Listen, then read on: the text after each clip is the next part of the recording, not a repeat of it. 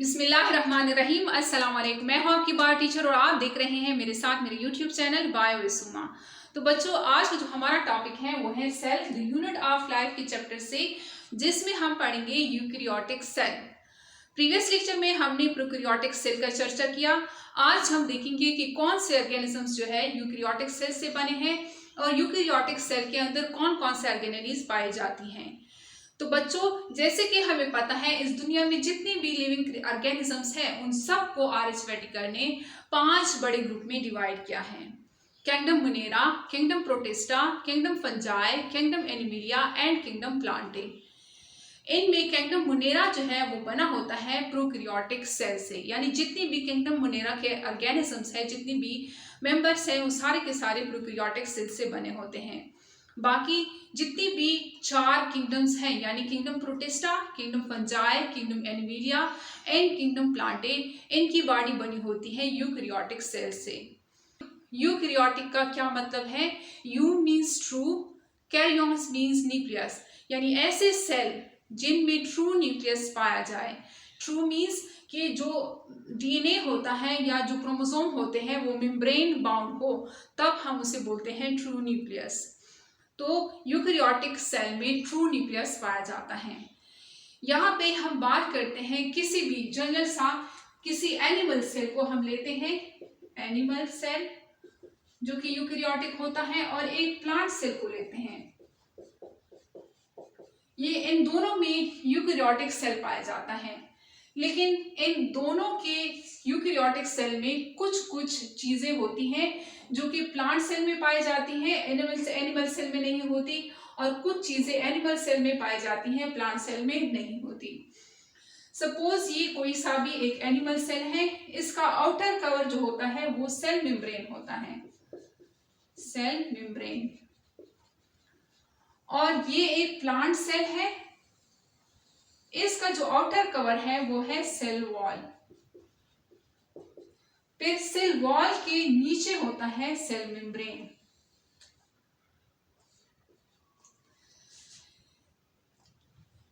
Animal cell में कोई cell wall मौजूद नहीं होता। यहाँ पे एनिमल सेल में एक न्यूक्लियस होता है सेंटर में, जबकि प्लांट सेल में सेंटर में एक बहुत बड़ा वैक्यूल होता है, वैक्यूल, और न्यूक्लियस जो है वो कहीं पे एक साइड पे आ जाता है। ये इसका न्यूक्लियस है। प्लांट्स जो है वो ऑटोट्रॉफ होते हैं। ऑटोट्रॉफ का क्या मतलब है कि सन की एनर्जी को यूज करके इसमें एक ऐसी मशीनरी पाई जाती है जो कि सन की एनर्जी को ट्रैप करके ग्लूकोज बनाते हैं। तो ये अपने लिए खुद ग्लूकोज बना सकते हैं। तो प्लांट्स आर ऑटोट्रॉफ्स। जबकि अगर हम बात करें एनिमल सेल की, एनिमल्स सपोज ह्यूमन ले लें, तो हम क्या होते हैं? हम तैयारशुदा खुराक लेते हैं। We are heterotrophs. हम खुद अपने लिए सन की एनर्जी को ट्रैप नहीं कर सकते, हमारे पास ये मशीनरी ही नहीं है। तो हम मुर्गी की टांग को पकड़ के खाते हैं, गंदम से आटा बना के उससे चपाती बना के हम खाते हैं, सब्जी खाते हैं, बहुत सारी चीज़ें जो है वो हम, यानी उसमें जो ग्लूकोज होता है हम तैयारशुदा ग्लूकोज लेते हैं। So we are heterotrophs. तो हमारे पास मशीनरी ही नहीं है। वो मशीनरी क्या है? यहाँ पे क्लोरोप्लास्ट ही नहीं है।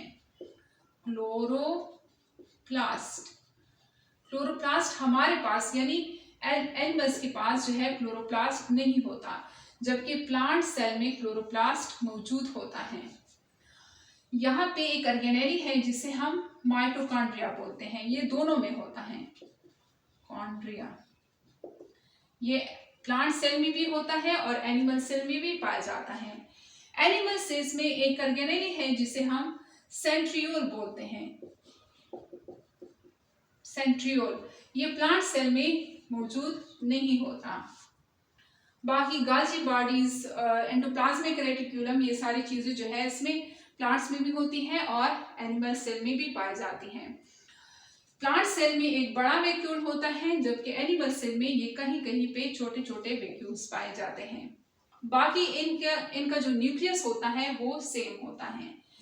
तो अब हम, जो हमारा मेन टॉपिक है आज का, वो है न्यूक्लियस। तो अब हम न्यूक्लियस को देखते हैं कि कैसे नजर आता है। जब हम न्यूक्लियस की बात करते हैं तो हमारे जहन में ये बात आती है कि न्यूक्लियस को सबसे पहले किसने देखा होगा, किसने डिस्क्राइब किया होगा। न्यूक्लियस को सबसे पहले डिस्क्राइब किया रॉबर्ट ब्राउन ने 1831 में। अब इसको हम कैसे याद करेंगे? इसको हम याद करेंगे कि सपोज ये एक इमेज है, हम अपनी आंखों में, अपने दिमाग में रखेंगे। ये एक सेल है, सेल के सेंटर में एक ब्राउनी है। ब्राउनी एक छोटा सा जो केक होता है, ब्राउनी किसने देखा? रॉबर्ट ब्राउन ने देखा। तो सबसे पहले न्यूक्लियस रॉबर्ट ब्राउन ने डिस्क्राइब किया।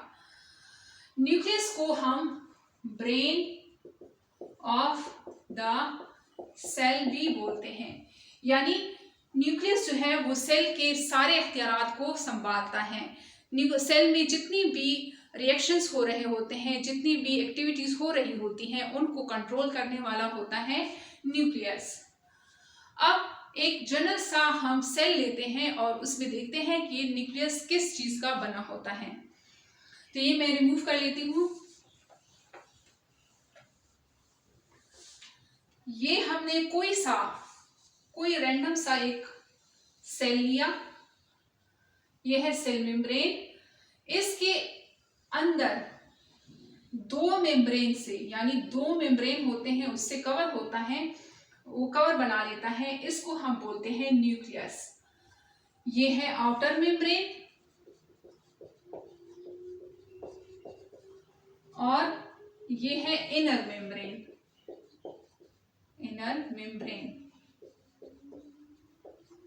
इन दोनों मेम्ब्रेन के दरमियान में बहुत सारे सुराख होते हैं। ये क्या है?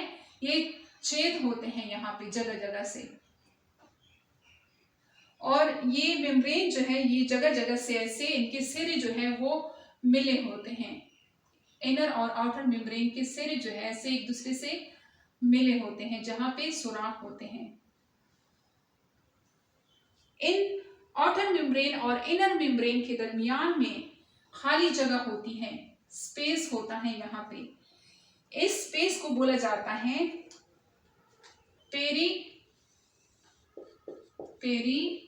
न्यूक्लियर स्पेस, और इन सुराख को बोला जाता है न्यूक्लियर पोर।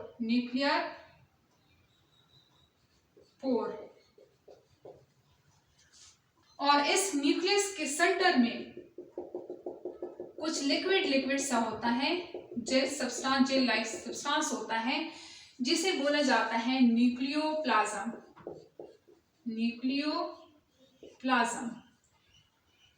जिस तरह के इस सेल के सेंटर में ये लिक्विड सब्सटेंस होता है, और इस सेल के लिक्विड सब्सटेंस को हम क्या बोलते हैं? साइटोप्लाज्म। इसको हम साइटोसोल भी बोलते हैं और साइटोप्लाज्म भी बोलते हैं। न्यूक्लियोप्लाज्म और साइटोप्लाज्म को मिला के हम एक नाम देते हैं प्रोटोप्लाज्म।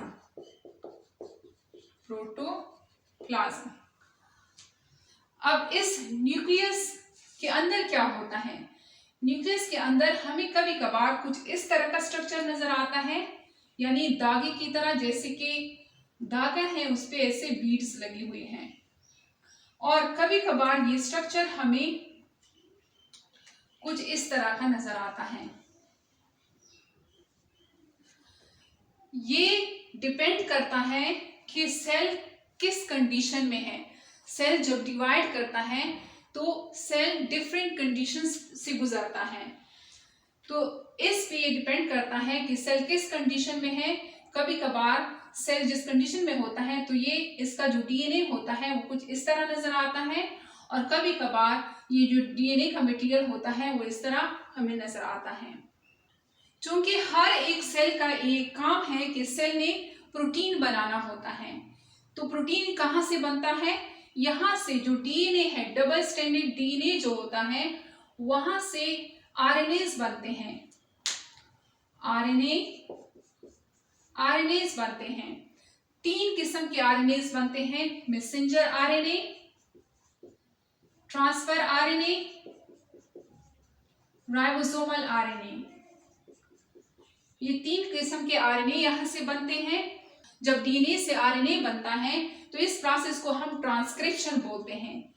और फिर ट्रांसक्रिप्शन यानी जब आरएनए बन जाते हैं तो वहां से प्रोटीन्स बनते हैं। तो इस प्रोसेस को यानी प्रोटीन बनने के प्रोसेस को हम ट्रांसलेशन बोलते हैं। तो ये प्रोसेस सारा न्यूक्लियोप्लाज्म में चलता है, यानी डीएनए से आरएनए बनते हैं, आरएनए से फिर प्रोटीन बनता है। और इन पोर का क्या काम होता है, यहाँ से जो सेल में कुछ प्रोटीन्स होते हैं वो अंदर जाते हैं और यहाँ से जो आरएनएस वगैरह बनते हैं वो बाहर आते हैं। तो ये क्या करता है, एज अ बैरियर काम करता रहता है। अब यहाँ पे हमने बात की कि सेल में कभी कभार ये डीएनए कुछ इस तरह नजर आता है और कभी कभार ये कुछ इस तरह नजर आता है। तो इस पे एक नजर डाल लेते हैं कि ये कब हमें इस तरह का डीएनए मिलता है और कब हमें ये कुछ इस तरह का स्ट्रक्चर मिलता है। हर एक सेल का यही एक काम होता है कि उसने डिवाइड होके सेल और सेल बनाने हैं। अगर ये माइटोसिस यानी एक माइटोटिक सेल है तो ये डिवाइड होके 2 सेल बनाएगा। और अगर ये एक सेल है, इसने मियोसिस करना है तो ये मियोसिस के प्रोसेस से कितने सेल बनाएगा, 4 सेल बनाएगा। तो इस तरह डीएनए जो है वो जब डिवाइड होता है तो वो डिफरेंट फेज में होता है, यानी वो डिफरेंट कंडीशन में होता है। तो इसी तरह उनका जो डीएनए होता है वो हमें डिफरेंट नजर आता है। अब एक सेल जो है उसने अगर डिवाइड होना है तो वो इन स्टेज पर से गुजरता है। एक है एम फेज और ये यहां से सारे के सारा हम इसे बोलते हैं इंटरफेज में सेल खुद को तैयार करता है, यानी सेल के अंदर जो ऑर्गेनेलिस होती हैं, जो चीजें होती हैं, उनको वो डबल करता है। अब यहाँ पे एक सेल ने डिवाइड होना है तो सेल क्या करेगा, खुद को तैयार करेगा, यानी इतनी चीजें वो संभालेगा कि वो बंटवारा कर सके, दोनों सेल को एक जैसी चीजें वो दे सके। तो यहाँ पे इंटरफेस में तैयारी होती है, सेल खुद को तैयार करता है। इंटरफेस को हम 3 हिस्सों में डिवाइड करते हैं, एक है G1, एक है S और एक है G2। ये सारे फेज जो है यहाँ पे सेल खुद को तैयार करता है। बाकी एम फेज जो है ये एक शॉर्ट पीरियड होता है जहां पे सेल डिवाइड करता है, ओरिजिन में डिवाइड करता है। एम फेज में प्रोफेज, मेटाफेज, एनाफेज, टीलोफेज ये फेजेस आ जाते हैं और यहाँ पे सेल डिवाइड हो जाता है। बाकी इंटरफेज में सेल की तैयारी हो रही होती है। और इंटरफेज में जब सेल तैयार हो रहा होता है तो हमें डीएनए का जो स्ट्रक्चर है वो कुछ इस तरह थ्रेड लाइक नजर आता है, जैसे कि थ्रेड है और उस पे ऐसे बीड्स पिरोए हुए हैं।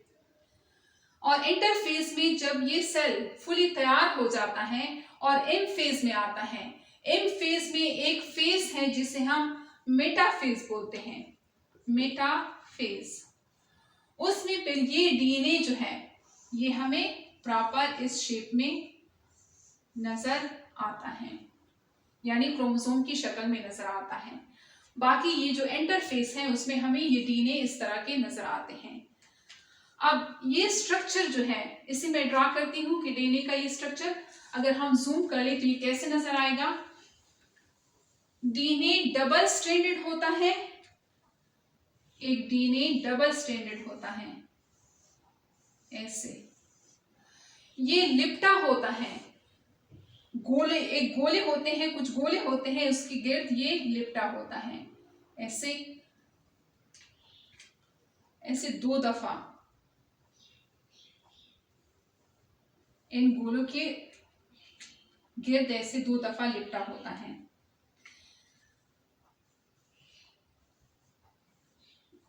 यहाँ पे भी डीएनए है और कुछ इस तरह का स्ट्रक्चर फिर हमें नजर आता है, यानी ऐसे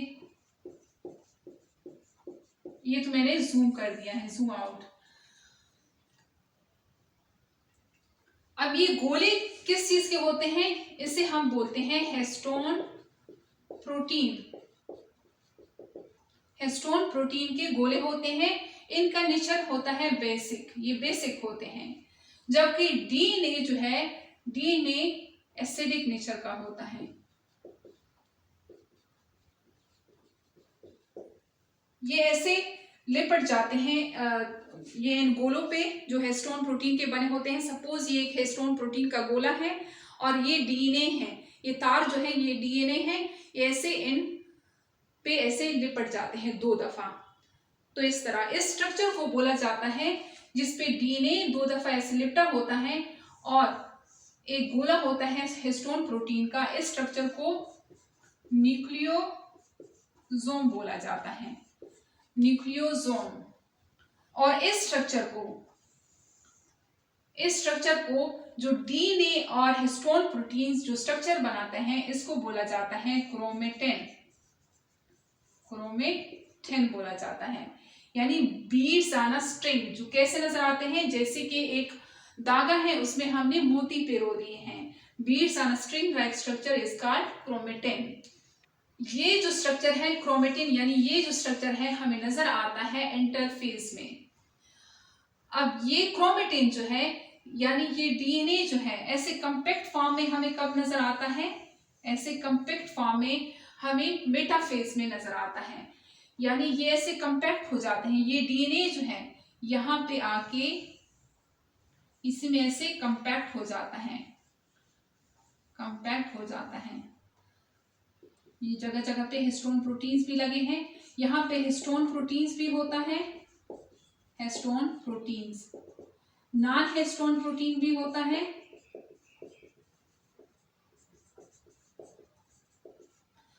डीएनए भी होता है, और डीएनए के साथ ऐसे डार्क गोल गोल स्ट्रक्चर नजर आता है जिसे हम बोलते हैं न्यूक्लियोलस। न्यूक्लियोलस, न्यूक्लियोलस क्या है?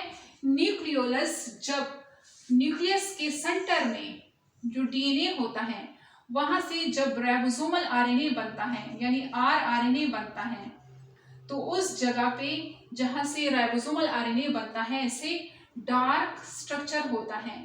बहुत सारे आरएनए बनते हैं और वो ऐसे डार्क गोल स्ट्रक्चर बना लेते हैं, उनको हम बोलते हैं न्यूक्लियोलस। तो इस क्रोमोसोम में जो हमें ये स्ट्रक्चर नजर आता है, जो मेटाफेज में हमें वाज़ेह नजर आता है, इसमें हिस्टोन प्रोटीन भी होता है, नॉन हिस्टोन प्रोटीन भी होगा, डीएनए भी होगा और न्यूक्लियोलस के मॉलिक्यूल्स भी होंगे। ये है तो डीएनए, सारा का सारा डीएनए है। लेकिन सेल जो है, जब सेल डिवीजन के लिए खुद को प्रिपेयर कर रहा होता है तो वो डिफरेंट स्टेज से गुजरता है। तो ये डिफरेंट स्टेज की वजह से ये जो डीएनए है वो हमें डिफरेंट नजर आता है। तो बच्चों अब बात करते हैं कि कुछ सेल्स ऐसे हैं जिसमें न्यूक्लियस होता है और कुछ सेल्स में एक न्यूक्लियस होता है और कुछ सेल्स में बहुत सारे न्यूक्लियस होते हैं। अब अगर हम बात करें कि ऐसा सेल जिसमें न्यूक्लियस नहीं होता, तो एग्जाम्पल देंगे हम आरबीसी का। आरबीसी जिसे हम रेड ब्लड कॉर्पसेस बोलते हैं, ये ऐसे सेल्स होते हैं जो कि मैच्योर होके अपने न्यूक्लियस को स्पेट आउट कर लेते हैं, थूक देते हैं। क्योंकि जो नए सेल बनते हैं जो रेड ब्लड सेल्स के नए सेल्स बनते हैं वो कहाँ पे बनते हैं? बोन मैरो में बनते हैं। बोन मैरो में नए सेल बनते हैं और ये जो पुराने सेल होते हैं, जो मैच्योर सेल होते हैं, उनका काम क्या होता है? उनका काम होता है कि वो ऑक्सीजन को कैरी करें। तो ऑक्सीजन कैरी करने के लिए उसने जगह बनानी होती है, तो वो अपने न्यूक्लियस को हटा देते हैं। इनको न्यूक्लियस की जरूरत भी नहीं होती क्योंकि इन सेल ने फिर से डिवाइड होके 2 सेल नहीं बनाने होते। इस रेड ब्लड सेल का जो लाइफ स्पेन होता है वो तकरीबन 120 डेज होता है। फिर 120 डेज के बाद ये खुद ब खुद मर जाते हैं। न्यू सेल्स जो बनते हैं वो बोन मैरो में बनते हैं। तो यहाँ पे रेड ब्लड सेल में कोई न्यूक्लियस नहीं होता। तो ये लाइफ यानी लिविंग सेल है या नॉन लिविंग सेल है? ये लिविंग सेल है, लेकिन इसने अपने फंक्शन की वजह से, इसका जो फंक्शन है जो ऑक्सीजन कैरी करना है उसकी वजह से उसके लिए स्पेस बनाने के लिए उसने अपने न्यूक्लियस को हटा दिया है। अब कुछ ऐसे सेल जिसमें बहुत सारे न्यूक्लियस होते हैं, तो बात करते हैं हम मस्कुलर सेल की। मस्कुलर सेल में एक से ज्यादा सेल्स होते हैं। मस्कुलर सेल, तो मस्कुलर सेल में एक से ज्यादा न्यूक्लियस होते हैं। ऐसे कंडीशन को हम सिनोसेटिक कंडीशन बोलते हैं, जिसमें एक सेल में बहुत सारे न्यूक्लियस होते हैं। सिनोसेटिक कंडीशन उसको बोला जाता है। अब बच्चों एक और कंसेप्ट है जिसमें बच्चे अक्सर कंफ्यूज होते हैं कि हम किसको क्रोमोसोम बोले, कि ये सिंगल क्रोमोसोम है या डबल क्रोमोसोम है।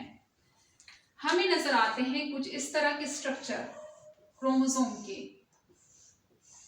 और बच्चे होते हैं कंफ्यूज कि ये एक क्रोमोसोम है या दो क्रोमोसोम है या ये एक क्रोमोसोम है। तो बच्चों ये दोनों ही एक क्रोमोसोम है। इसको हम कैसे देखेंगे, कैसे गिनेंगे कि एक क्रोमोसोम है? इसके सेंट्रोमियर को देख के। इसके सेंटर में क्या होता है, इसके सेंटर में जो पार्ट होता है इसको हम सेंट्रोमियर बोलते हैं। सेंट्रोमियर, सेंट्रोमियर को गिन के हमें पता लगता है कि ये कितने क्रोमोसोम है। तो इसमें एक ही सेंट्रोमियर है, तो ये एक ही क्रोमोसोम है।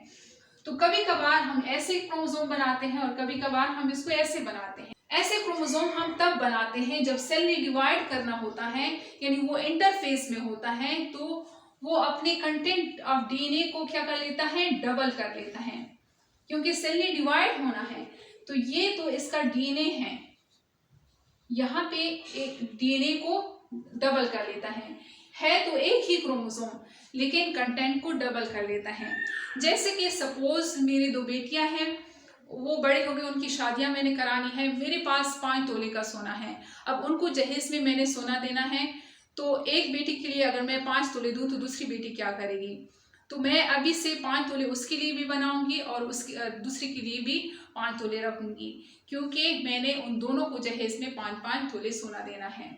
तो ऐसे ही सेल करता है कि वो अपने जो डीएनए होता है, डीएनए का जो कंटेंट होता है, उनको डबल कर लेता है, ताकि वो यहाँ से डिवाइड जब सेल डिवाइड होगा तो कुछ डीएनए कंटेंट जो है एक सेल के पास जाए और कुछ डीएनए कंटेंट जो है वो दूसरे सेल के पास जाए।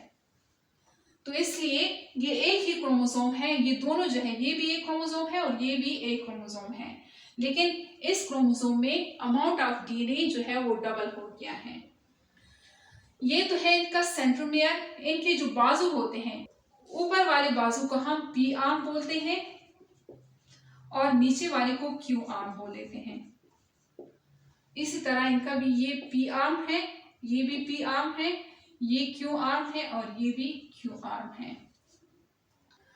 अब ये क्रोमोसोम है, सपोज ये एक सेल है और ये मेटाफेज में है, यानी एम फेज के मेटाफेज में।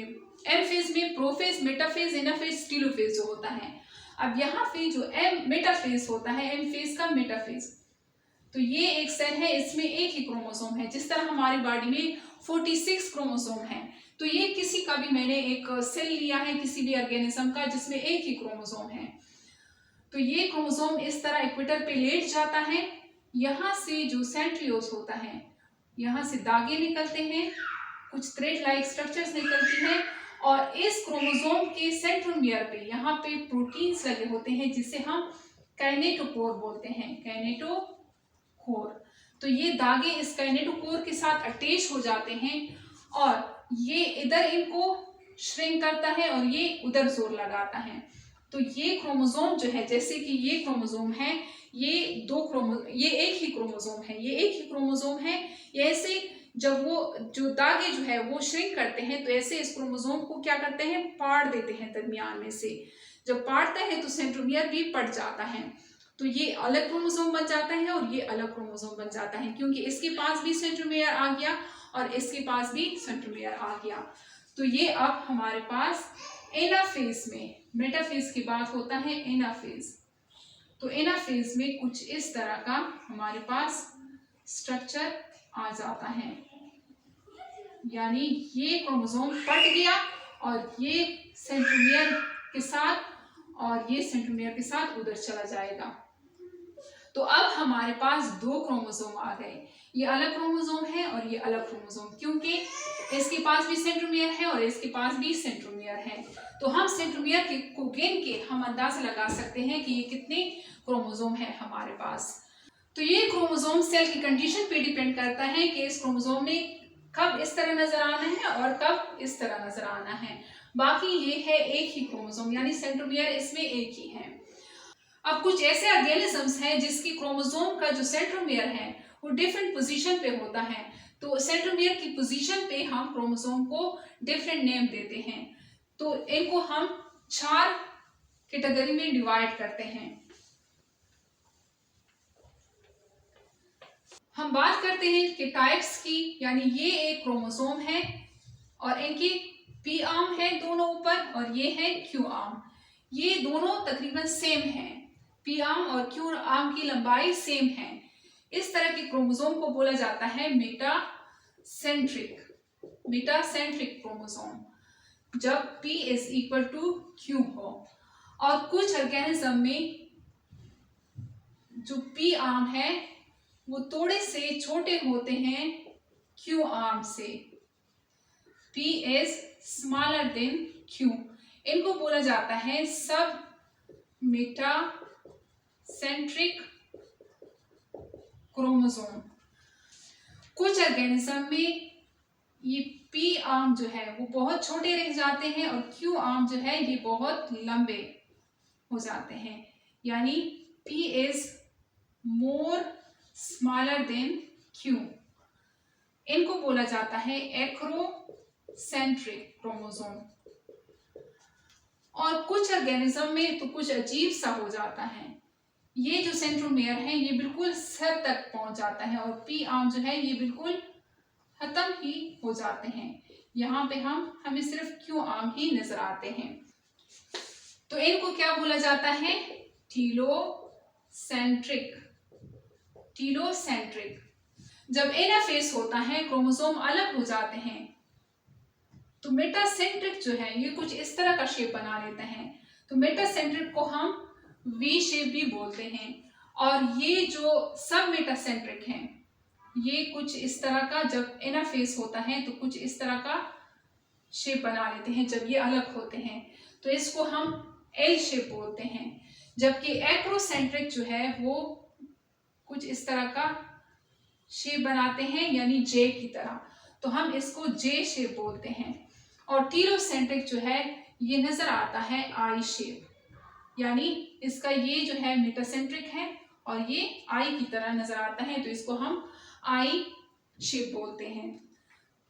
अब क्रोमोसोम जो है, सपोज ये एक क्रोमोसोम है, उसका कुछ शेप ऐसे, यहाँ पे जो सेंट्रोमियर लगा होता है तो ऐसे अंदर की तरफ पिच के होते हैं। इनको बोला जाता है प्राइमरी कंस्ट्रिक्शन। और इनके ऊपर यहाँ पर भी एक कंस्ट्रक्शन होती है जिसे हम बोलते हैं सेकेंडरी कंस्ट्रिक्शन। और इसके ऊपर, जिसे हम टेलोमियर बोलते हैं, यहाँ पे इसके ऊपर सेटेलाइट डीएनए होता है। सेटेलाइट डीएनए क्या होता है? जिसे हम जंक डीएनए बोलते हैं, तो ये इसके साइड पे मौजूद होता है। तो ये है क्रोमोसोम की डिफरेंट शेप। तो बच्चों ये था आज का हमारा लेक्चर। उम्मीद करती हूँ आप लोगों को समझ में आ गया होगा। जो भी बच्चे मेरे लेक्चर्स देखें काइंडली उनको थम्स अप करें ताकि उनका रिवार्ड्स मुझे मिलता रहे, और मेरे चैनल को सब्सक्राइब करें। मिलते हैं नेक्स्ट लेक्चर में। अल्लाह हाफिज।